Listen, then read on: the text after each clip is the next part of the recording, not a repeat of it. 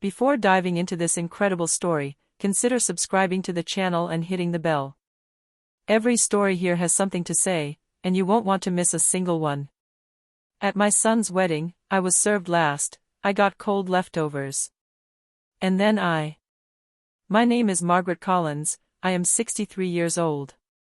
I live in Fayette, a sleepy little Missouri town with maple-lined streets, wooden porches, and neighbors who still greet each other by their first names. My house is a modest bungalow with pale blue shutters, which I managed to buy on my own after my divorce, now more than 20 years ago. Every brick, every piece of furniture, every hand-sewn curtain tells a story, my story, made of resilience, solitude, and silences full of love.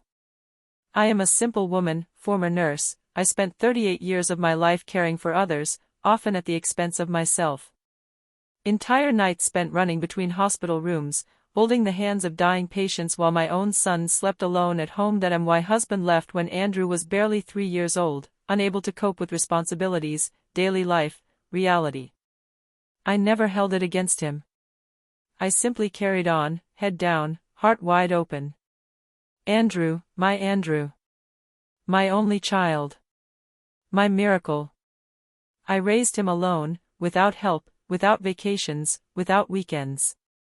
Every hot meal, every ironed shirt, every monitored homework book, I offered them as sacred acts. There were times when I skipped meals so he would have something to take to school. I never counted the sacrifices, because for me, it was simple, that he succeeds, that he is happy, that was all that mattered. And he succeeded. Brilliantly. Andrew was bright, curious, and hardworking. I saw him win a scholarship to college, then go to law school, then get hired at a prestigious firm in New York. When he told me he had become partner, I cried. But not with sadness. Of relief. Of gratitude. Of love. When he came back to visit, it was always too short.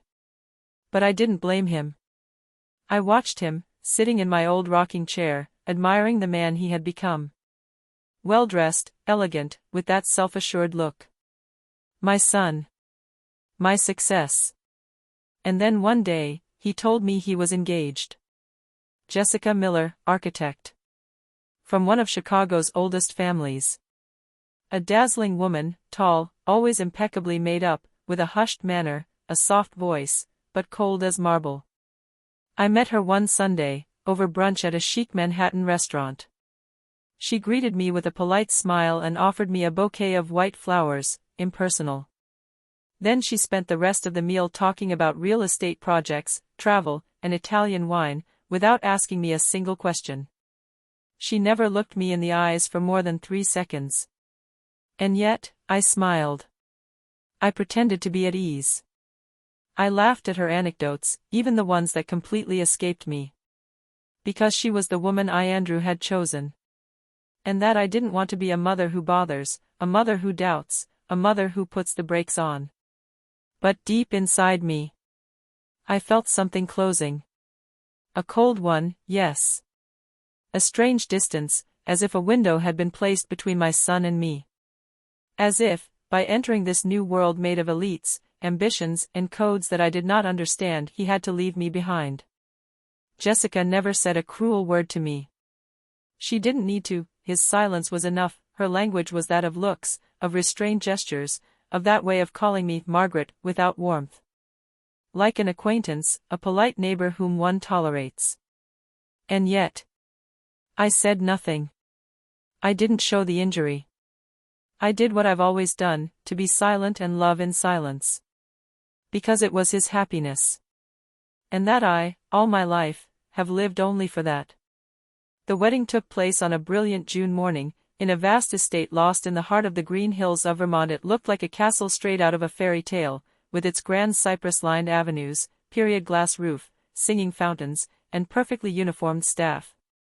As soon as I got there, I felt out of place.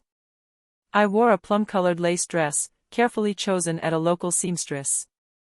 It wasn't designer, but I'd put every ounce of vanity into it. I'd taken care of my hair, put on a little perfume, and even spent a sleepless night rehearsing speeches I'd never deliver. Before me, everything shone. crystal chandeliers hanging in the great hall, reflecting the sunlight like constellations. Endless buffets, decorated with exotic fruits, carved dishes whose names I didn't even know. Vintage champagne which flowed like water. Of the violinists in tailcoats, posted in a corner of the garden, played Vivaldi with an almost unreal grace. Of the drones flew over the scene to capture the magic moment, while photographers took pictures of everything except me. I wasn't part of the scenery. I was a silent presence, almost embarrassing. My name wasn't even on the head table. I was installed at a table at the very back of the room, near the back door, where the waiters passed by without stopping. With me were a few old high school acquaintances Andrew hadn't seen in 20 years, and two couples from the distant Miller family, who spent dinner asking me if I was the bride's nanny. I just smiled. Like always. I scanned the room, hoping to catch my son's eye. He was laughing, a glass in hand, surrounded by Jessica's family. He was beaming. But not at me. So, at one point, I took my courage in both hands. I adjusted my dress, clutched my small bag, and stood up. I approached the center circle, where the bride and groom were taking pictures. I needed to talk to him. Just a word, a hug. A way of saying, I'm here, my son. Remember? I'm the one who raised you. I'm the one who brought you here. But as I slowly approached, Jessica turned to me. His smile was frozen. His eyes were icy. She didn't shout. She didn't raise her voice. She didn't need to. Just a few words, slipped in with surgical calm. We'll take the pictures with the witnesses first, Margaret. Margaret. Not even Mom. Nothing. Just that first name, pronounced like one would say, Madam, to a stranger. This word hit me like a silent slap. He took something from me. Something deep. Something irreversible. I stood there frozen for a few seconds.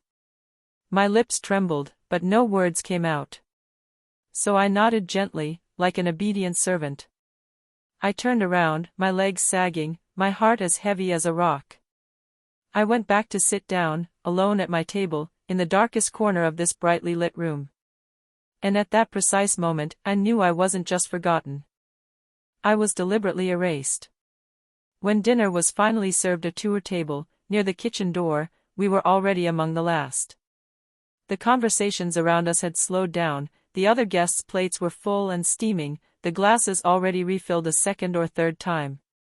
And we were still waiting. Politely. Silently. As if our table didn't exist.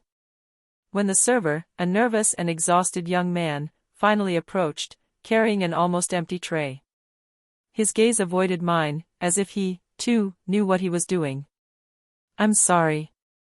There's no more salmon or roast veal left. Just some chicken, he whispered quickly. He put a piece off warm chicken, dry, with already blackened edges, with an accompaniment of wilted vegetables, grayish broccoli, a few limp carrots. No aroma. No flavor. Just leftovers. A remainder for the one who had given her whole life to make this day a possibility. I was told to serve the main tables first, he added apologetically. I nodded, slowly. And I half smile, again. Not out of kindness, no. By reflex. That automatic smile, learned over the years, the one of mothers who take it without responding, who step aside without complaining. The one we wear when we have been invisible for too long. Around me, the party was in full swing. Laughter erupted, glasses clinked, guests told funny stories, took selfies, shared live videos. We applauded the speeches, we toasted to love. Everyone seemed delighted. Everyone, except me. I was looking at the dance floor. Andrew, my son, was dancing with Jessica's mother, hand in hand, big smile on his lips. He twirled with her as if he belonged to her. As if it were she, the woman who had watched over him at night, rocked him through his nightmares, and nursed him through his childhood fevers. He hadn't spoken a word to me since the ceremony. Not a glance. Not a thank you. Not even a kiss on the cheek. At that moment, the cold no longer came from the plate. It came from my own son. From his indifference. And it was that cold that broke me. I sat for a few more minutes, staring blankly, my hands flat on my knees. The room spun around me as if in a hazy dream. Then I stood up. In silence. No shouting. No drama. Just, leaving. I walked slowly, straight across the room. Nobody stopped me. No one asked me if everything was okay. No one noticed that the groom's mother was leaving the party. I stepped out into the cool night. The moon shone faintly behind some clouds. I hailed a taxi from a wooden bench in front of the parking lot. My feet were aching. My dress, an old outfit I'd bought 5 years earlier for Andrew's graduation, suddenly seemed too small for my sadness. When the taxi arrived, I got in without a word. The driver asked me if I was coming from the wedding. I nodded. He said. It was beautiful, from afar. I didn't answer. I stared out the window. And inside me, something had gone out. The months following the wedding were like an endless winter, without light, without heat. It wasn't snowing outside, no. But inside me, it was a blizzard. I checked my phone every morning, hoping for a message, a call, a little attention from Andrew. Nothing, silenced. A heavy, oppressive, almost shameful silence. When I tried to call her, Jessica usually answered. Or voicemail. They are overwhelmed. They are on an extended honeymoon. They just moved into their new apartment, they don't have a minute. You should let them breathe, Margaret. Always, Margaret. Never, Mom. Never, we miss you. Every sentence sounded like a reproach, as if my mere existence was a nuisance, a burden in the well-oiled life of my own son. So I learned to keep quiet. I didn't call again. I didn't insist anymore. I began to respond to others, to my friends, to my neighbors, with forced smiles and, young couples, to avoid admitting that I was no longer invited into my son's life. But silence, sometimes, is good. For it is in this void that I finally heard another voice. One I had silenced for years. Mine. A timid voice, fragile at first, almost whispered. And you, Margaret? What do you want? Who are you when you no longer give? When you no longer hold your child, who has become a man, close to you? When you no longer have to sacrifice yourself? At first, I didn't know how to answer. And then, one gray November morning, while tidying up old boxes in the attic, I came across a cardboard box, all dusty. Inside, my old reading notebooks, book index cards, notes taken in my youth, and an old scribbled project. Open a cafe bookstore, a place to dream, read, and meet up. I cried. Out of nostalgia. But also out of anger at myself. Because I had given up on that dream, to give everything to someone who, today, gave me nothing more. So I decided I was done waiting.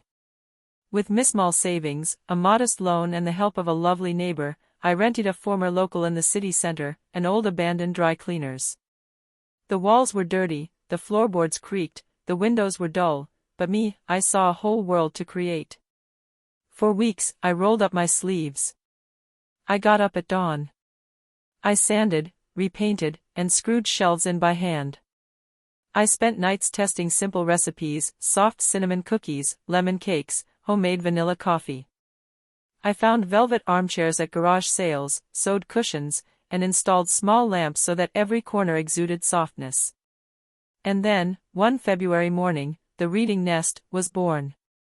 The first week, only a few curious onlookers came through the door. An old lady looking for an Agatha Christie novel. A student who came to study in silence. A divorced father and his son marveling at the illustrated books. But little by little, word of mouth has done its work. People came to my house for drink a coffee and feel at peace, for leaf through a book without pressure, for to speak or to remain silent, but still to exist. And I, behind my counter, was there. Present. Not to serve. Not to sacrifice myself. But oh, share what I loved. And for find me. This place, which I had built with my own hands, has become a refuge for those who, like me, carried silences too heavy.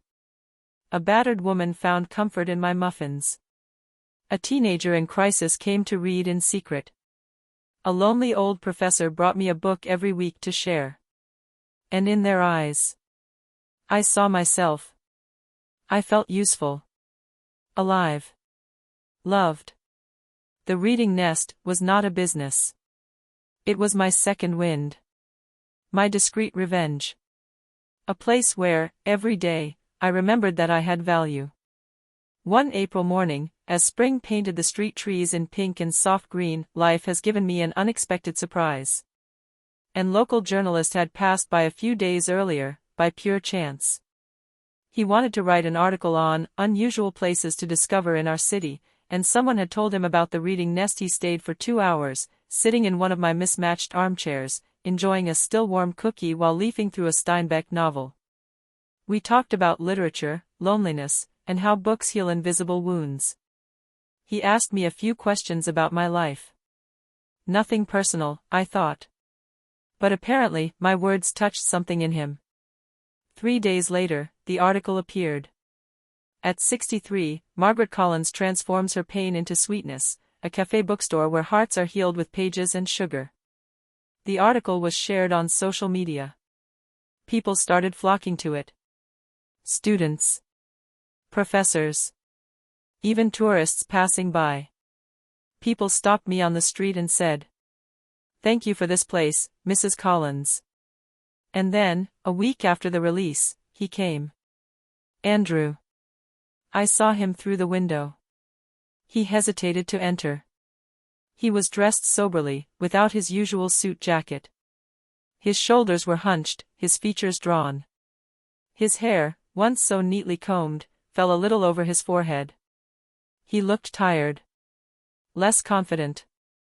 Less distant. Almost human. I stood frozen behind my counter. My heart was pounding. Part of me wanted to run to him, hug him like I did when he was little.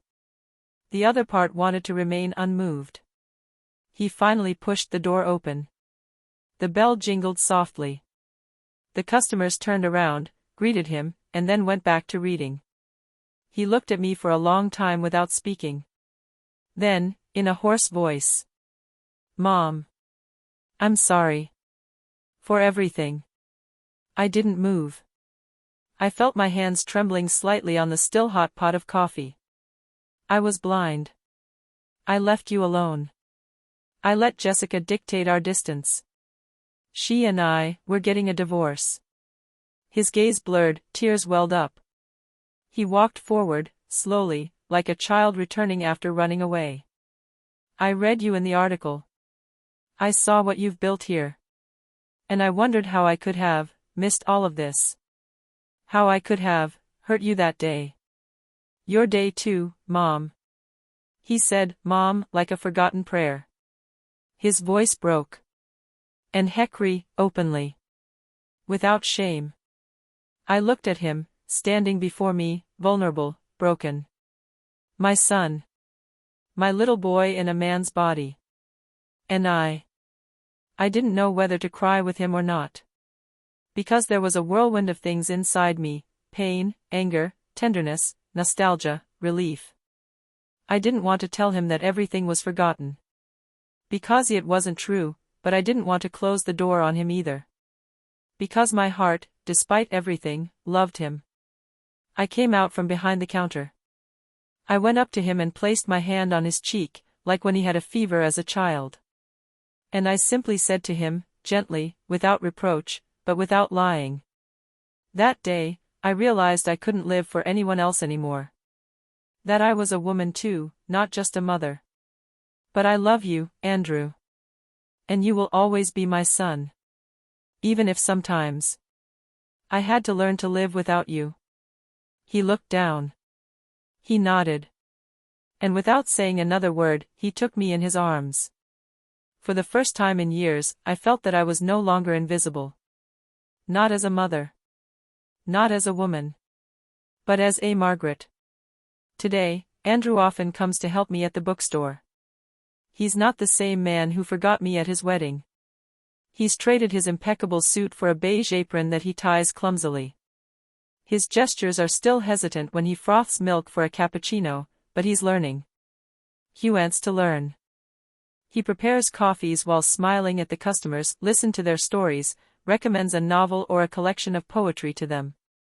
He sometimes sits at a table with an anxious student, or a talkative grandfather who comes back every week. He laughs, he asks questions, he is interested. And above all, he listens to me. He watches me organize the shelves, answer the regulars, explain why a certain author moves me or why I can't lend that book without warning, prepare to cry. He looks at me as one rediscovers a familiar landscape, realizing that one had never really paid attention to it. He even asked me one day, "Why didn't you ever tell me about your dream, Mom?" I answered him calmly, "Because I was too busy putting yours first." He said nothing. He looked down. But that silence, it was a listening silence, a silence that repaired. Over time, we built something new. Not a perfect relationship, but authentic. An adult-to-adult, heart-to-heart relationship that he no longer idealizes me. I no longer protect him from everything. We are learning to simply be there. But in this new version of our link, I understood something even greater. I learned that one can reborn from humiliation. That we can transform pain into noble matter. That abandonment, when we stop running away from it, becomes a cornerstone. I understood that the cold I experienced that day, this plate of lukewarm leftovers that I was served at the back of the room, was not the end of my story. That was the beginning. I understood that serve yourself, in dignity and gentleness, is the most powerful act there is, that true gratitude does not come from a toast made in front of 100 guests, but from a sincere look, a constant presence, a hand extended in silence. And believe me, this meal, the one I prepared for myself with courage, solitude, and resilience, is far better than anything that could have been handed to me on a silver platter. Today, the Reading Nest is more than a cafe. It's a home. They serve steaming coffee, yes. They serve warm cookies, and homemade soups on rainy days. But above all, hot stories are served there, life stories, shared wounds, escaped smiles, second chances offered quietly. At my son's wedding, I had cold leftovers. Today, in my bookstore, I give what I would have liked to receive that day, a place, warmth, respect, and I offer it without bitterness, because I understood that true power is choosing to heal, even when you have every reason to stay hurt.